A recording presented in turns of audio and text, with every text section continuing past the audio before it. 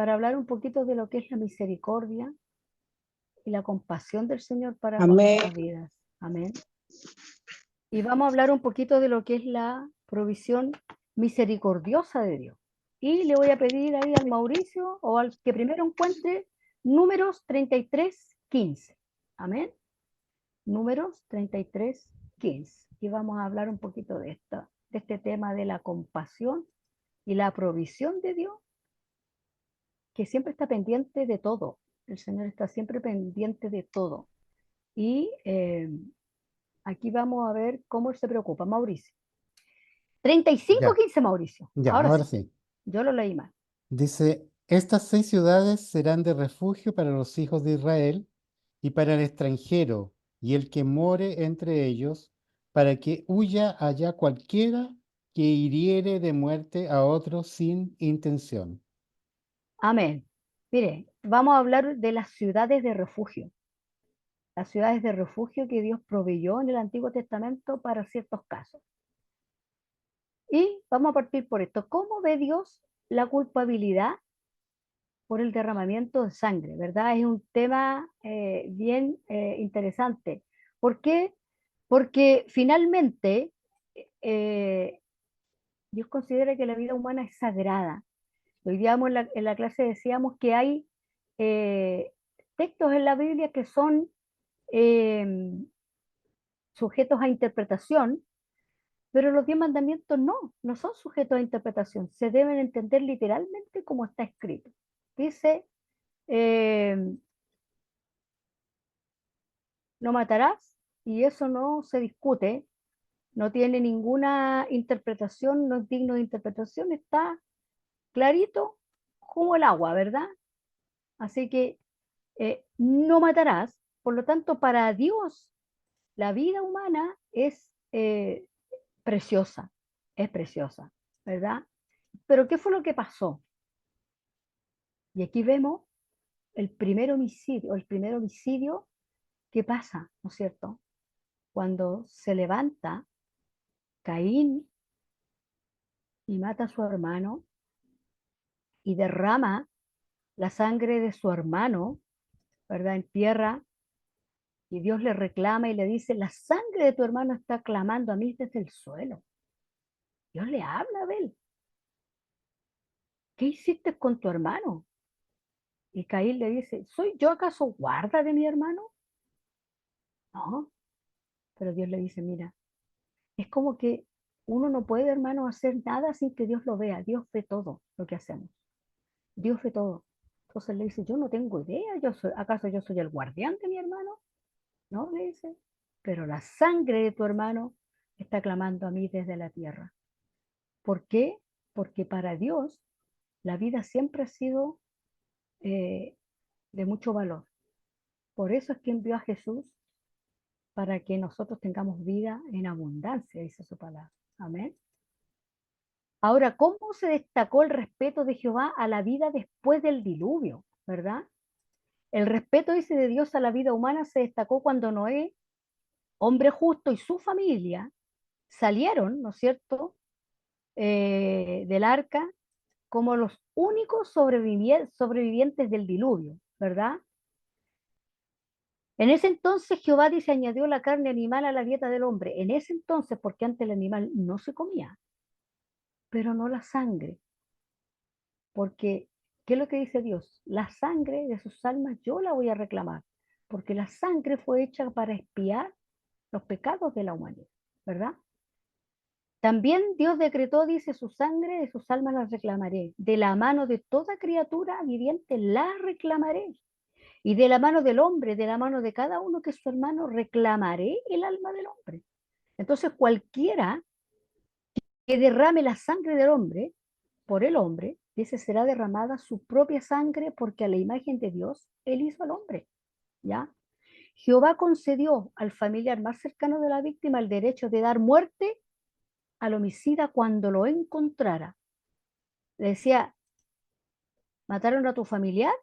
Bueno, le decía Dios, entonces yo te doy el permiso de que tú vayas y vengues esa muerte y mates al homicida de tu hermano, al asesino de tu hermano, de tu pariente, qué sé yo, tú lo puedes hacer. era permitido por Dios, ¿ya? ¿Cómo? ¿Cómo recalcaba la ley mosaica la santidad de la vida? La santidad de la vida y se recalcó vez tras vez en la ley que recibió Moisés, ¿no es cierto? Moisés recibe la ley. ¿Y qué dice Dios exactamente? No matarás, ¿verdad? El respeto a la vida también está implícito, dice, en lo que decía la ley mosaica sobre una muerte que implicara a una mujer encinta, por ejemplo. La ley estipulaba que si ella o la criatura no nacida sufrían un accidente mortal a consecuencia de una lucha entre dos hombres, los jueces debían sopesar las circunstancias y el grado de premeditación, y el castigo podía ser alma por alma, es decir, vida por vida, o como bien conocía en la ley, diente por diente, ¿no es cierto? Ojo por ojo y diente por diente. Ahora bien, dice, ¿podía un asesino israelita evitar de alguna manera las consecuencias de su acto violento? Lo vamos a ir viendo. ¿Cómo sabemos entonces que la ley no aceptaba la negligencia como una razón para mostrar misericordia cuando se causaba la muerte de alguien? Y hoy, hermanos, vemos muchas negligencias, y aquí tenemos bueno, mi hermana Mercedes trabaja en un CEFAM, pero yo tengo Amén. una, amén, pero yo tengo a mi hermana, a una hermana que ella trabaja en el hospital, en un hospital, ella es cristiana, ella también es enfermera, y ella me ha contado de unos casos de negligencia horribles y que nunca se saben. O sea, las negligencias pasan mucho en los lugares de salud, aún pagados, que ella trabajó primero en la clínica Las Condes, así que ahí también pasa, en todas partes pasa, ¿verdad? Entonces, pero la ley dice no aceptaba la negligencia como una razón para mostrar misericordia. ¿Por qué? Porque los asesinos voluntarios no recibían asilo. Estas ciudades estaban hechas para aquellas personas que mataran a alguien de manera involuntaria. Un accidente, por ejemplo, no sé, estaba cortando con un hacha y se le suelta el hacha y va a dar y le cae a la persona en la cabeza y la mata, por ejemplo. Ese es un accidente, o sea, una muerte por accidente, dice. Pero cuando hay negligencia, ya no es por accidente, y ellos lo tenían muy en cuenta. Dice, los asesinos voluntarios no recibían este asilo, esta protección. Ni siquiera el sacerdote levita que servía en el altar de Dios se libraba de la ejecución si cometía un asesinato con astucia o con premeditación. O es decir, planificaba, quería matar a alguien, va y lo hace. Bueno, esa persona iba a ser juzgada y tenía que pagar el castigo. Y si lo pillaba un familiar de la víctima, la ley le permitía darle muerte también. ¿Ya? ¿Cómo se cumplía en el antiguo Israel la ley de vida por vida? Hermano, si alguien quiere aportar algo, hacer una pregunta, me interrumpen porque yo no los puedo ver a todos, ¿ya? Me interrumpen nomás, ¿ya? Entonces, dice, si se cometió un asesinato en el antiguo Israel, era necesario vengar la sangre de la víctima. La ley de vida por vida se cumplía cuando el vengador de la sangre daba muerte, ¿no es cierto?, al asesino. Mire, además dice la ley no aceptaba la negligencia porque estaba premeditado, ¿no es cierto? Dios también consideraba culpable de sangre a cualquiera que hiriera mortalmente a un ladrón durante el día cuando se podía ver e identificar al intruso, lo cual demuestra su gran respeto por la vida. Es obvio entonces pues que las normas perfectamente equilibradas de Dios no permitían que los asesinos voluntarios se libraran de la pena capital. O sea, Dios es misericordioso, pero justo. Y a veces a nosotros los seres humanos nos cuesta entender la justicia de Dios, porque en su justicia Dios a veces tiene que permitir que vivamos ciertas situaciones. Más bien, el Señor dice en su palabra que todo lo que el hombre sembrare, eso también segará. Y ahí yo veo la disciplina de Dios para nuestras vidas. No la veo en la ira de Dios ni en el juicio de Dios porque eso no ha pasado todavía. En el Antiguo Testamento, hoy día lo explicaba en la clase, la ira de Dios, o más bien dicho, el juicio de Dios se dejaba caer inmediatamente. Pero hoy no es igual, ¿no es cierto? Hoy esperamos un día del juicio donde la ira de Dios será derramada y nosotros, la iglesia, esperamos ser llevados antes que eso pase. ¿Ya? Esperamos que el Señor nos venga a buscar antes que la ira de Dios se derrame sobre esta tierra, ¿verdad? Pero en ese tiempo no. En ese tiempo el juicio de Dios era inmediatamente. ¿Por qué? Porque Dios no puede permitir el pecado. Hoy, ¿cómo funciona? Dios nos está dando tiempo a todos nosotros. Yo siempre hablo desde mí primeramente hacia afuera, para que seamos mejores. Dios nos da la oportunidad, pero va a llegar, nosotros no sabemos cuándo vamos a partir de esta tierra. No tenemos idea. Pero la idea es estar a cuentas con Dios siempre. Que Dios nos ayude, ¿verdad? Porque eso es lo que Dios siempre quiso hacer, que estemos a cuentas con Él siempre. Y aquí encontramos entonces de lo que estábamos hablando. La provisión de Dios. Mire, para estos homicidios involuntarios, Dios suministró, dice amorosamente, ciudades de refugio para quienes mataran a alguien por accidente o sin intención. Había lugares donde ellos podían ir. Mire, ¿dónde estaban ubicadas estas ciudades de refugio y qué ayudaba a los homicidas involuntarios a encontrarlas? Cuando los israelitas entraron a la tierra prometida, obedecieron a Dios porque Él les mandó que establecieran ciudades de refugio y son estas que vemos aquí: Sedes, Siquem, Hebrón, Becer, Ramot y Golán. Estas eran las 6 ciudades de refugio donde los homicidas involuntarios podían arrancar, ¿no es cierto? Como dicen por ahí, como decimos aquí en Chile, patitas para que te quiero, y una vez estando ahí, no lo podían matar, no lo podían hacer nada. Eran libres de eso, pero tenían que llegar a esta ciudad de refugio, tenían que tener la precaución de llegar a esta ciudad de refugio eh, eh, y no perderse, ¿verdad? Dice, estas 6 ciudades estaban convenientemente ubicadas cerca de caminos que se mantenían en buenas condiciones. En algunos puntos de estos caminos había letreros con la palabra refugio. Los letreros indicaban en qué dirección se encontraba la ciudad de refugio y el homicida involuntario corría a la más cercana para salvarse. Allí encontraba protección del vengador de la sangre, o sea, encontraba protección del familiar que por ley tenía el derecho de vengar la muerte de quien había muerto de su familiar, ¿verdad? ¿Por qué suministró Jehová las ciudades de refugio y a quiénes beneficiaban? Lo hizo para que la tierra no se contaminara con sangre inocente y para que el pueblo no se hiciera culpable del derramamiento de sangre. Y aquí volvemos al principio, Dios es respetuoso de la vida humana. En la voluntad perfecta, mire hermano, está la voluntad perfecta de Dios y está la voluntad permisiva de Dios. Porque en el Antiguo Testamento vemos varios juicios y mucha gente que moría, pero no es la voluntad perfecta de Dios. Es la voluntad permisiva de Dios porque no quedaba de otra. Había que eliminar aquello porque era el mal y iba a perjudicar y a contaminar a los demás. Por eso cuando el pueblo de Israel llegaba y conquistaba una tierra donde había pecado, donde había idolatría y todas estas cosas, el Señor le decía, tienen que terminar con toda la vida que hay ahí. Entonces muchos de nosotros decimos, chuta, habían niños. Sí, pero esos niños iban a crecer y llevaban ya esa idea. Entonces él decía que no quede nada que los pueda contaminar. Y ahí también sacamos lecciones para nosotros, que Dios nos ayude a identificar lo que en nuestra vida nos puede contaminar para ir sacándolo de nosotros, ¿verdad? ¿Por qué eran las ciudades de refugio una provisión misericordiosa de Dios?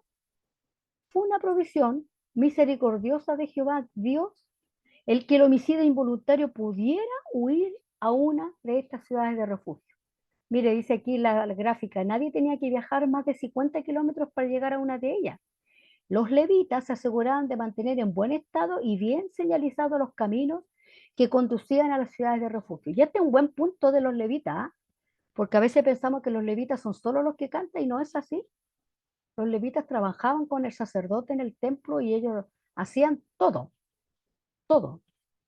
Ellos limpiaban el templo, eh, servían al sacerdote, le atendían, cocinaban, lavaban, hacían todos los quehaceres del templo. El templo vivió el sacerdote y ellos.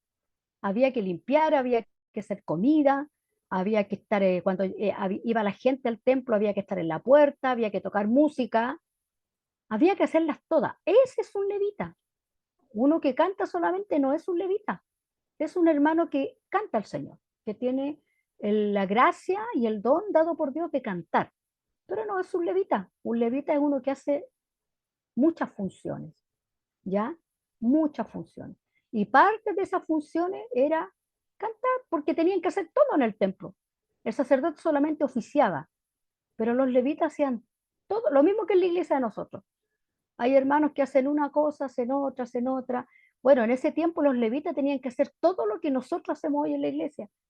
Tenemos hermanos guardatemplos que se preocupan del aseo, otros hermanos que se preocupan de la administración del templo.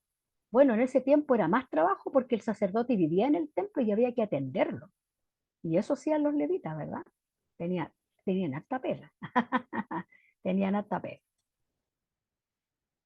Ahora, ¿qué podía hacer la persona en el antiguo Israel si mataba accidentalmente a un compañero de trabajo? ¿Qué podía hacer, no es cierto? A mí me gusta Dios cómo hace, cómo funciona. Huir. ¿Qué es lo que tenía que hacer? Huir a las ciudades de refugio, ¿no es cierto? Eh,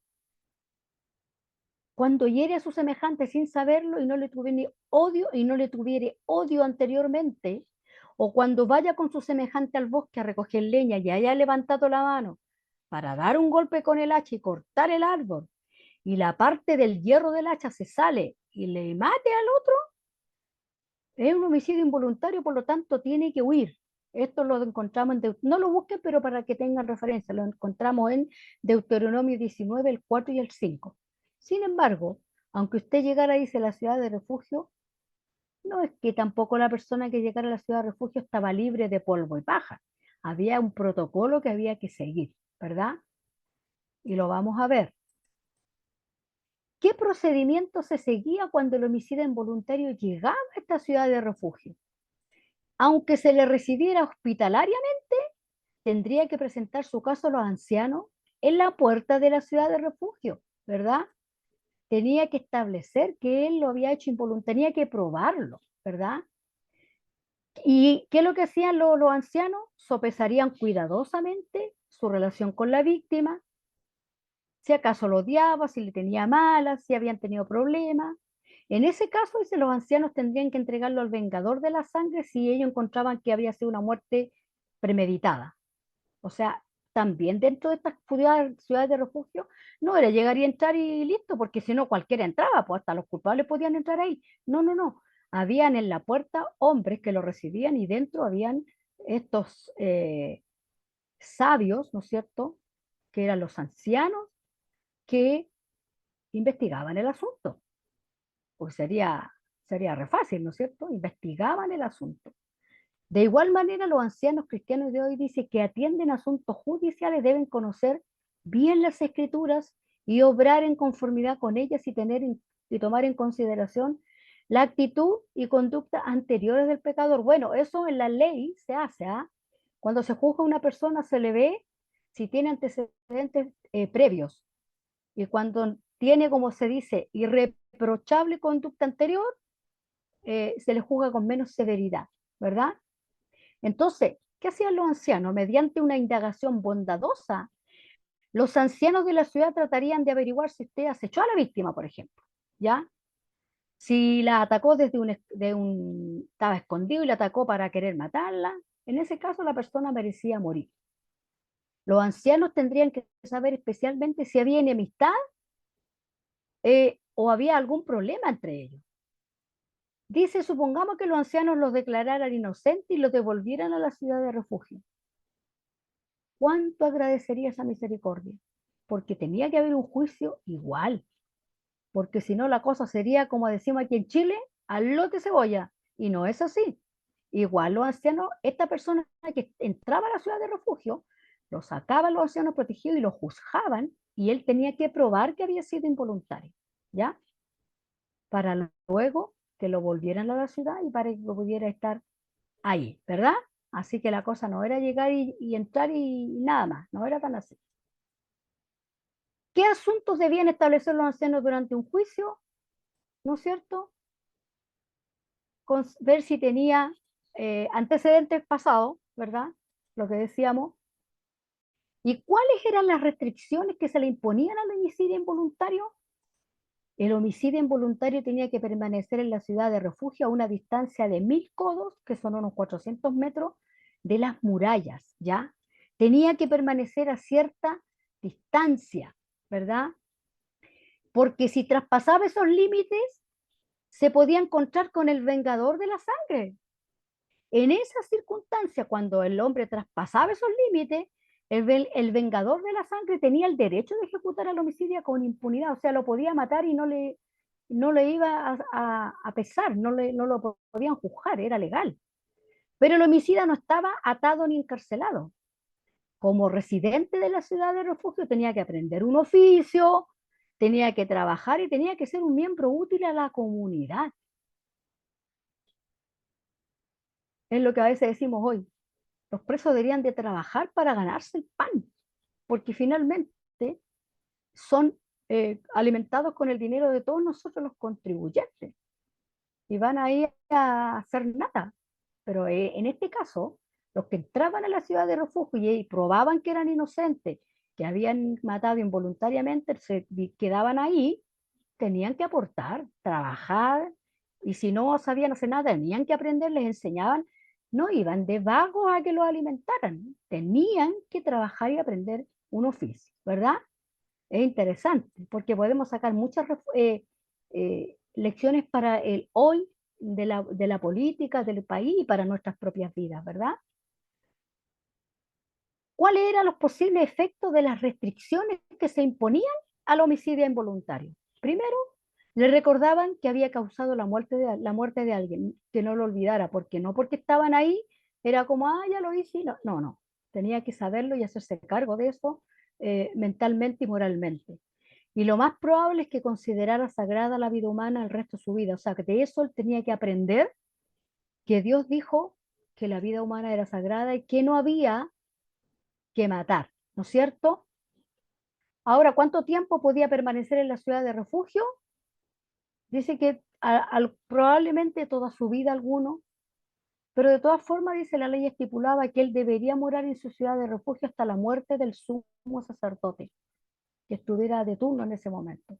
Y después de la muerte del sumo sacerdote, esto está en números 35, 26 al 28, el homicida puede salir libremente y volver a su tierra sin que le pasara nada. ¿Por qué podía salir de la ciudad de refugio el homicida involuntario entonces cuando murió el sumo sacerdote? Porque el sumo sacerdote era una de las personas más destacadas de la nación. Por lo tanto, su muerte era su muerte era un suceso tan notable que se comunicaría por todas las tribus de Israel. Entonces, todos los que habían huido a las ciudades de refugio podían entonces regresar a su hogar sin preocuparse de caer en manos de los vengadores de la sangre, digamos. ¿Por qué? Porque la ley de Dios decretaba que la oportunidad de matar al homicida caducaba a la muerte del sumo sacerdote. Por eso que al morir el sumo sacerdote que estuviera en ese momento, las personas que estaban en la ciudad de refugio, todas podían salir y nadie les podía hacer nada. Pero el que quisiera quedarse, se podía quedar trabajando adentro y haciendo una vida, ¿verdad? Y haciendo una vida. Ok. ¿Por qué era provechosa la provisión divina de las ciudades de refugio? Porque la provisión de Jehová Dios de las ciudades de refugio era provechosa también de otras maneras. No solamente de esta manera, de otras maneras. Mire, La provisión de Jehová Dios de las ciudades de refugio era provechosa también de otras maneras. El pueblo, dice, no formaba patrullas de vigilancia para buscar al homicida, presuponiendo antes del juicio que era culpable. Al contrario, lo consideraba inocente del asesinato deliberado e incluso le ayudaban a llegar al lugar de seguridad. Además, la provisión de las ciudades de refugio era el polo opuesto del procedimiento moderno de internar a los asesinos en cárceles, donde son mantenidos con el resto de la población y donde muchas veces, y donde casi siempre, se convierten en peores criminales debido a su compañerismo estrecho con otros malhechores, que es lo que vemos hoy, ¿no es cierto? El sistema de las ciudades de refugio hacía innecesario entonces construir, mantener y vigilar costosas prisiones amuralladas y con rejas, de la que los presos tan a menudo procuran escapar, ¿verdad? De hecho, dice, el homicida buscaba la prisión y permanecía allí por un tiempo determinado, donde también tenía que trabajar, contribuyendo de este modo al beneficio de la comunidad. O sea, de alguna manera, la patrulla de vigilancia o la policía de ese tiempo quedaba libre para hacer otras cosas también. Era una manera de liberar a la policía de ese tiempo para que hiciera otras cosas y no meter a una persona que no se sabía si era culpable con los que ya estaban condenados. ¿Y sabe lo que me recuerda este caso cuando se incendió la cárcel de San Miguel? Que ahí murió una persona que estaba presa por vender CD en la calle, CD pirateado. Tremendo, él no podía, él no debería de haber estado con los presos rematados de ese lugar, pero sin embargo ahí lo tenían. Y eso fue tremendo, ¿verdad? Fue tremendo. El significado de los nombres de la ciudad lo encontré muy interesante. La primera era sede, que significa Cades o Kadesh, o Kadosh, que lo hemos escuchado mucho, que significa lugar santo. Esta ciudad estaba en el territorio de la tribu de Neftalí. La santidad de Cristo, mire, dice, viene a ser una esperanza y un refugio para los inmundos, para los pecadores, porque solo aquel que está limpio puede limpiar al inmundo, ¿verdad? Es lo que hoy día se predicaba. Los que tenemos un buen testimonio, los que tienen un buen testimonio, pueden ir y predicarle a otro el mensaje de salvación. Pero si nuestra vida no es consecuente entre lo que decimos y lo que hacemos, no podemos ir a predicar porque la gente no nos va a escuchar, ¿verdad? Porque solamente aquí dice hay un principio, solo el que está limpio puede limpiar al inmundo. Es decir, hacer el puente para que esta persona conozca la salvación y cambie su vida, ¿verdad? Cristo es la profecía de Zacarías, donde dice, en aquel tiempo habrá un manantial abierto para la casa de David y para los habitantes de Jerusalén, para la purificación del pecado y de la inmundicia. Solamente en Cristo, hermano, podemos limpiarnos de nuestra inmundicia y ser santos como Él es santo. Porque, ¿qué dice Pedro? Sed santos porque yo soy santo. O sea, esto es imperativo, es una orden, ¿verdad? La segunda ciudad es Siquem. Esta ciudad estaba en el territorio de Efraín y significa hombro. Cristo es una ayuda para los fe. ¿Se acuerda usted que siempre cuando alguien está triste dice, te presto mi hombro para que llores en mi hombro aquí? ¿Verdad? Bueno, esta ciudad quería decir eso, vengan aquí, vengan a restaurarse, vengan a consolarse y vengan también a cambiar su vida. Esta ciudad, Siquem, significaba hombro, donde cobijarse, donde encontrar ayuda. La oveja perdida, dice, encontró refugio, seguridad y reposo sobre los hombros del pastor. Mauricio, ¿puedes leer lo que dice ahí en el rojo, en rojo? Amén. Dice, ¿qué hombre de vosotros, teniendo 100 ovejas, se pierde una de ellas, no deja las 99 en el desierto y va tras la que se perdió hasta encontrarla? Y cuando la encuentra, la pone sobre sus hombros gozoso. ¿Sigo? Sí, sí, Ya. Venid a mí todos los que estáis trabajados y cargados, y yo os haré descansar. gracias. Aquí encontramos, ¿no es cierto?, eh, las palabras de Jesús para decirnos, yo soy el hombro que ustedes necesitan. ¿Estás angustiado? ¿Estás agobiado? Yo te presto mi hombro, dirá Cristo, ¿no? Vengan a mí, como decía ahí Mateo, todos los que están trabajados, cargados, y yo les voy a hacer descansar. Mire, ojo, ojo, que no está diciendo que nos va a quitar la carga, que no la vamos a tener más. Está diciendo que nos hará descansar. Porque si nosotros leemos el libro de Santiago y Hebreos, nos vamos a encontrar que las pruebas y las dificultades son permitidas por Dios para nuestro desarrollo y para nuestra madurez, ¿ya? Porque lamentablemente nosotros los seres humanos aprendemos en el dolor. Yo siempre lo digo, nosotros los seres humanos aprendemos en el dolor.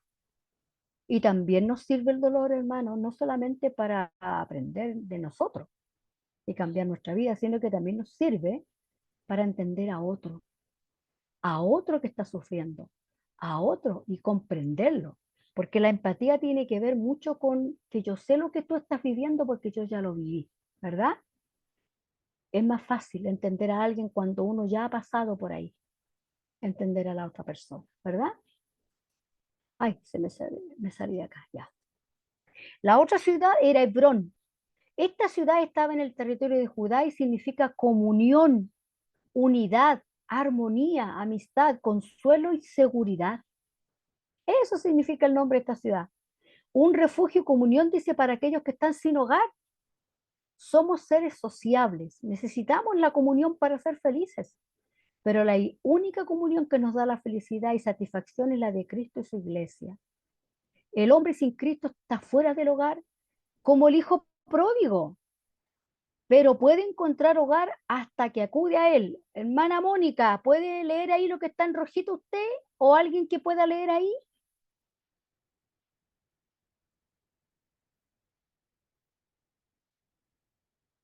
Mi hermana Mónica o alguien A que ver, me...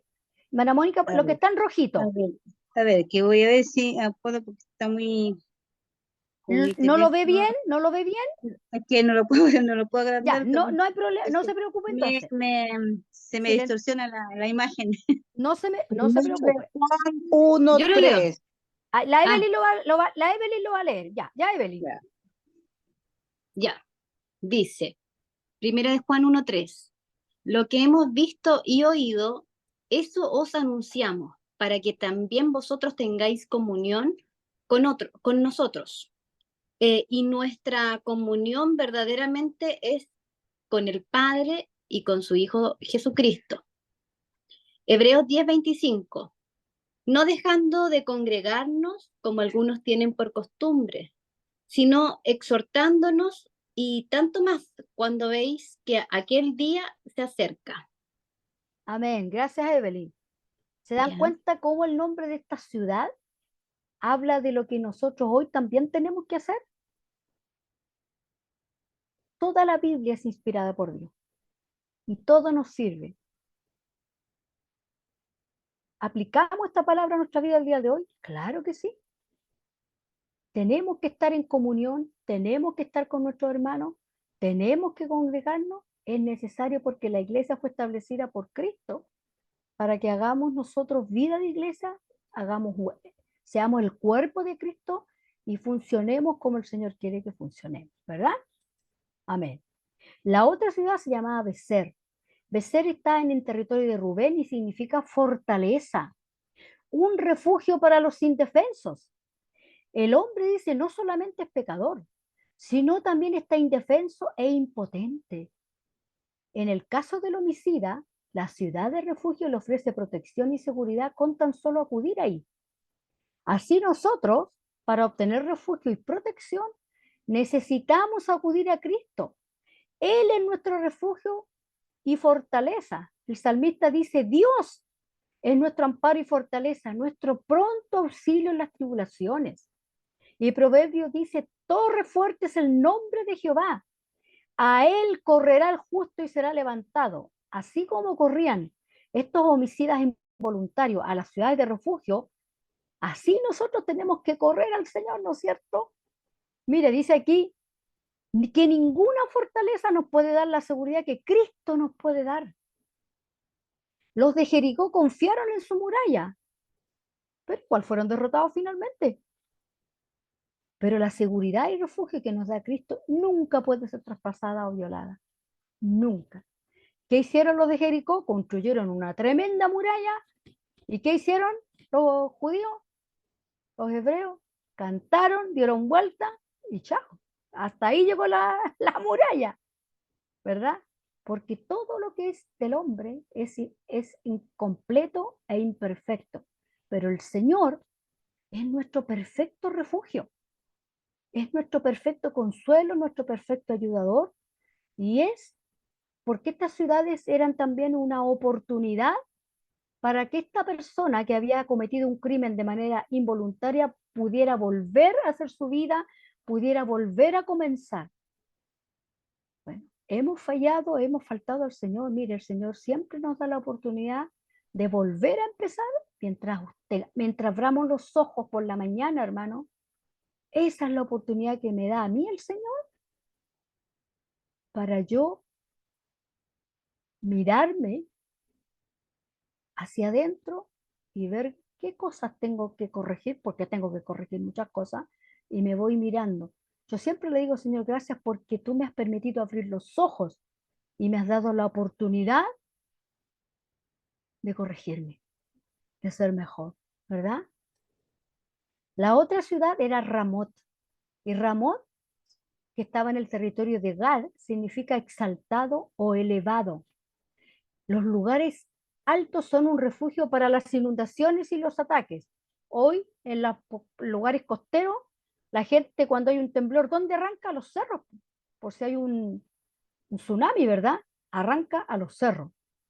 ¿Qué dice el salmista? Luego levantará mi cabeza sobre mis enemigos. Está hablando de altura, ¿verdad? Que me rodean y yo sacrificaré en su tabernáculo sacrificios de júbilo. Cantaré y entonaré alabanzas a Jehová. Es decir, me pondrá por encima, me protegerá finalmente. Eso es lo que está diciendo. Cristo puede exaltarnos porque Él ha sido exaltado por el Padre. Filipenses dice, por lo cual también Dios le exaltó hasta lo sumo, está hablando de Cristo, y le dio un nombre que es sobre todo nombre. Ni aún la montaña más alta pudo salvar a los hombres del diluvio, hermanos. Los que fueron salvos lo lograron, ¿por qué? Porque entraron en el arca. Así nosotros hoy no encontraremos seguridad en ningún lugar elevado de este mundo, solo en Cristo, que es el más alto de los altos, el Señor de señores, el Rey de reyes. Solo en Él encontraremos es la seguridad. ¿Qué seguridad buscamos de que no nos pase nada? No, porque como seres humanos vamos a vivir ciertas situaciones, ciertos procesos, nos vamos a enfermar como se enferma cualquier ser humano, pero todo lo que nosotros vivamos con el Señor es muy distinto. ¿Por qué? Porque nosotros tenemos un objetivo y nuestro final va a ser espectacular. A eso es lo que apunta Cristo. El que permanece fiel hasta el final, dice, ese será salvo. O sea, ¿van a venir dificultades? Sí, pero usted, hermano, va a vivir las dificultades que Dios quiera que viva, y su palabra dice que Él no nos carga más de lo que nosotros podamos soportar. Lo que yo viva, lo que usted viva, hermano, tenemos que entender qué es lo que podamos soportar. Y a veces, hermano, a mí me cuesta, lucho con eso, porque a veces uno dice, ay, ya es demasiado, y yo lo digo porque soy bastante cuestionador. Entonces, sí, lo he dicho muchas veces. El Señor me dice, lo puedes soportar, y me lo recuerda, y después le digo, perdóname, Señor, por haber dicho o pensado esto, ¿verdad? Así que Él es nuestro refugio, Él nos eleva en las alturas y nos protege, ¿verdad? La otra ciudad era Golán, que está en el territorio de Manasés, y me gusta esta palabra, significa separado. Los que entraban en esa ciudad estaban separados, estaban guardados de la violencia y de la muerte. Y nosotros en Cristo estamos separados del mundo, por eso que no podemos ser como ellos, ¿verdad? Aquellos cristianos dicen que aún se deleitan en los lugares del mundo, aún no han dado lugar para que Cristo los separe del mundo. ¿Qué dice aquí en Primera de Juan? Sabemos que todo aquel que ha nacido de Dios no practica el pecado, pues aquel que fue engendrado por Dios le guarda y el maligno no le toca. Hermanos, a veces yo he escuchado a algunos hermanos con mucha facilidad diciendo, no, es que el enemigo me hizo esto. Hermanos, no, el enemigo no le puede tocar a usted. Usted es propiedad de Dios. Dios permite que usted a veces viva ciertas situaciones o yo, pero no es el enemigo. El enemigo no le puede hacer nada. Y si Dios se lo permite, es porque por algo Dios se lo puede permitir. Pero usted es propiedad de Dios. La palabra dice que hemos sido sellados por el Espíritu Santo del Señor. Eso significa son míos. ¿Qué dice a Cristo? Son míos y nadie los arrebatará de mi mano. Usted es el Señor. El enemigo no le puede hacer nada, hermano. El que usted viva situaciones difíciles es una cosa, pero el enemigo a usted no le puede tocar si no leamos Job. El enemigo para tocar a Job tuvo que pedirle permiso a Dios. Y Dios le dio permiso hasta por ahí y le puso límites. Tú puedes tocarle esto, pero su vida no la vas a tocar. El enemigo no puede hacer lo que quiera con los hijos del Señor. Nunca, hermano, el enemigo usted lo puede tocar si Dios no se lo ha permitido y con limitaciones. Pero yo no creo que el enemigo nos toque si nosotros estamos en la perfecta voluntad de Dios. Pero vivir dificultades es otra cosa. Hay personas que piensan que porque se les muere un familiar querido, No, mi hermano. Dice la palabra del Señor que Él da la vida y Él la quita cuando Él quiere, ¿verdad? Así que ahí Él no tiene nada que ver. Es Dios el que hace las cosas. Como conclusión, mi hermano, mire, las ciudades de refugio son un tipo de Cristo, en el que los pecadores encuentran un refugio contra el destructor de nuestras almas. Porque el enemigo, hermano, sí nos ronda, eso sí que es verdad. Anda rondándonos y nos susurra y nos dice cosas, pero nosotros finalmente determinamos si le vamos a hacer caso a él o le vamos a hacer caso a la palabra del Señor. Pero tenemos al Espíritu del Señor en nuestra vida, que es nuestra fortaleza, nuestra ayuda, para que el enemigo de nuestras almas no pueda ponernos ni un dedo, hermano, encima. Ni un dedo. Usted es propiedad de Dios. Es un bien muy preciado para Dios. Dios no va a permitir, hermano, que usted sufra de manos del enemigo. Lo que sí va a permitir que usted viva a veces procesos para ayudarle en su madurez y para ayudarle también a comprender a otros, ¿verdad? De la misma manera dice que una persona podía buscar refugio en las ciudades creadas para ese propósito. Nosotros corremos a Cristo para refugiarnos en Él, para ir a Cristo, para ir al Señor, para ir a nuestro Padre, a nuestro hermano, a nuestro amigo, ¿verdad? Al único que nos puede dar la seguridad absoluta de que lo que Él ha prometido que hará con nosotros lo va a cumplir. Porque la palabra del hombre y aún la nuestra no es fiable al 100% porque nosotros somos cambiantes, pues. Todos nosotros somos personas que cambiamos de acuerdo a las situaciones, a las circunstancias que vivimos. Un día decimos una cosa, pero en 2 o 3 meses más o en un año más, eso mismo lo pensamos de otra manera y vamos cambiando de parecer y es parte de nuestra humanidad. Pero el Señor, lo que Él dijo que iba a hacer con usted, hermano, y conmigo, lo va a hacer. Nos prometió una vida eterna con Él. Estar en una eternidad. Mire, me gustó mucho la predicación de nuestro hermano Pablo un viernes atrás, donde nos hablaba de la salvación y de lo espectacular que va a ser ese día. Eso es lo que el Señor le prometió y Él lo va a cumplir. Por eso que tenemos que permanecer fieles y recurrir a Él siempre, siempre, ¿verdad? Corremos a Cristo, dice, para escapar del peligro de la maldición y de la condenación de la ley, de la ira de Dios y de una eternidad en el infierno, ¿verdad?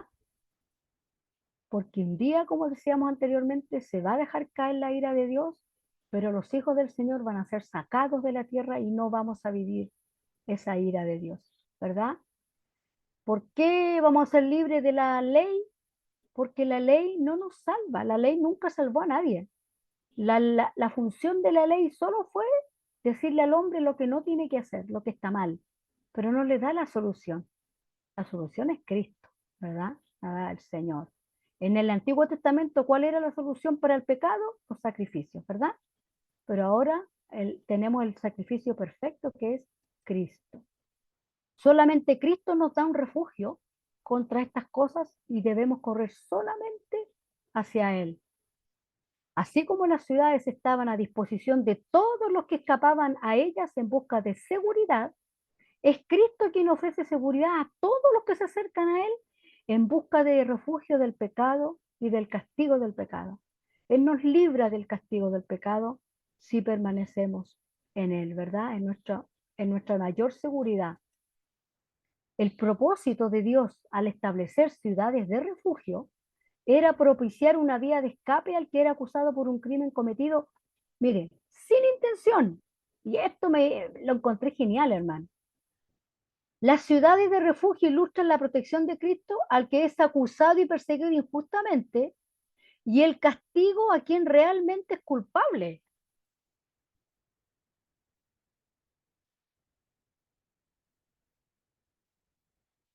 Pero nosotros éramos culpables, por hermano. Éramos todos culpables. Pero nosotros vinimos a Cristo, nos entregamos al Señor y Cristo pagó por su pecado y por mi pecado, por eso que el Señor ya no nos fue culpable, porque nos mira a través de Cristo, a través del sacrificio de Cristo cubrió mi pecado, su pecado, ¿verdad? Por eso les decía yo, me gusta esta parte, porque Cristo ofrece esta solución no solamente o sea, Cristo no le está ofreciendo una seguridad de salvación al bueno, al que hacía algo sin querer. Él se lo ofrece al que peca con querer, a los pecadores. Y él dice que él vino a los pecadores, a todos nosotros. Cristo murió, dice, cuando éramos aún pecadores, Cristo murió por nosotros. Entonces, lo que hace Cristo es mucho mayor que la ciudad de refugio, porque él quiere rescatar al culpable. Las ciudades de refugio rescataban al que era inocente, al que hacía las cosas sin querer. Pero el Señor, sabiendo que lo hicimos con querer, dice, yo te quiero rescatar, yo te quiero salvar. Y eso yo lo encuentro genial, porque Dios es muy bueno, muy bueno. Solo en la ciudad de refugio habrá protección.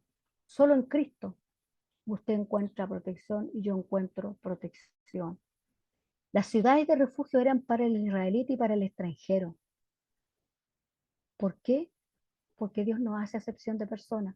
No solamente ahí podían ir los judíos, también los extranjeros que vivieran en esa tierra podían ir a esas ciudades de refugio, porque Dios nunca ha hecho excepción de personas, ¿verdad? Las ciudades de refugio eran la única oportunidad que tenía el acusado. En cambio, nosotros tenemos a Cristo, que Él dice en su palabra que es nuestro abogado, ¿verdad? Que intercede por nosotros. Estas ciudades eran una ilustración de Jesús, quien es nuestro refugio, pero para los culpables. ¡Wow! Por eso me gusta. Ya, él sabiendo que éramos culpables, igual nos ayudó. ¿Qué esperanza tienen entonces los que están perdidos hoy? ¿Qué esperanza tienen los que aún no vienen a Cristo? Las ciudades de refugio eran solamente para los inocentes, pero en Jesús aún los culpables tienen esperanza porque en Jesús hay perdón y hay protección. El Señor quiere rescatar a todas las personas. Él abre, su corazón es una ciudad de refugio. Y Él dice, vengan a mí, ¿verdad? A todo el que quiera, porque Dios dice que no ha retardado su venida, porque es paciente para con todos, porque no quiere que ninguno se pierda. Esto lo encontramos en una de las epístolas de Pedro, ¿ya? Y mire lo que dice aquí, con esto vamos terminando. Nadie es tan bajo, tan corrupto y vil que no pueda encontrar a Jesús, quien murió por él. Fortaleza, pureza y justicia, si consiente en apartarse de sus pecados, cesar en su proceder inicuo y volverse con un corazón sincero al Dios vivo. O sea, no hay un pecado tan grande que el Señor no lo pueda perdonar. Él los cubrió todos, todos, todos, todos, todos. Así que, hermano, el Señor es tan bueno y tan misericordioso y tan compasivo que sigue esperando por nosotros para ser mejores, pero espera por aquellos que aún no se han convertido al Señor para que vengan a Cristo, para que vengan al Señor. Amén. Así que el Señor nos ayude primeramente a ser fieles, a permanecer firmes en su camino, a ser fieles y ya saber que Él es nuestro principal refugio en medio de las dificultades, en medio de las tribulaciones, hermano. No estamos solos, estamos con el Señor que está de nuestro lado y está por nosotros también. Amén. ¿Alguna pregunta, alguna opinión? Nos me quedan algunos minutitos. ¿Alguna opinión? ¿Alguien había escuchado hablar de las ciudades de refugio? Estoy sola, parece, no hay nadie que me hable, que me diga algo. Todo Ana Mm, bien, Mónica, hermano. ¿te Todo gusta? bien, hermano. Muy, muy bueno el estudio. Me gustó mucho. Mucho, Muchas mucho. gracias, hermana Mónica. Dios le bendiga. Muchas gracias, Mauricio. Sí, yo había escuchado de la ciudad de refugio, pero no con tanto detalle. Pero lo ¿Ah? que encontré genial es darle el significado a cada nombre y que tenía una profundidad detrás. Eso lo Amén. encontré genial, me gustó mucho. Amén. Amén. Gloria a Dios. El Señor es muy bueno. Gracias, hermano Mar, Hermana Gloria, por su qué, comentario. Evelyn. qué bueno es saber que esas, como es, en ese entonces las ciudades de refugio, habían varias y estaban cerca de las ciudades, es decir, para que la gente pudiese alcanzar a llegar hasta ahí.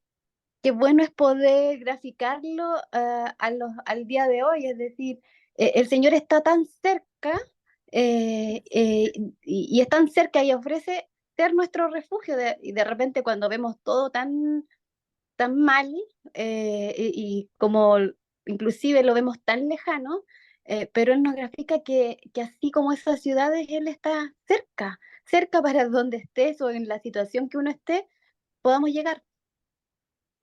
Amén. Y sabe lo más interesante que dice, y vimos ahí y lo pasamos, que los que mantenían los caminos despejados y parejitos y bonitos eran los levitas.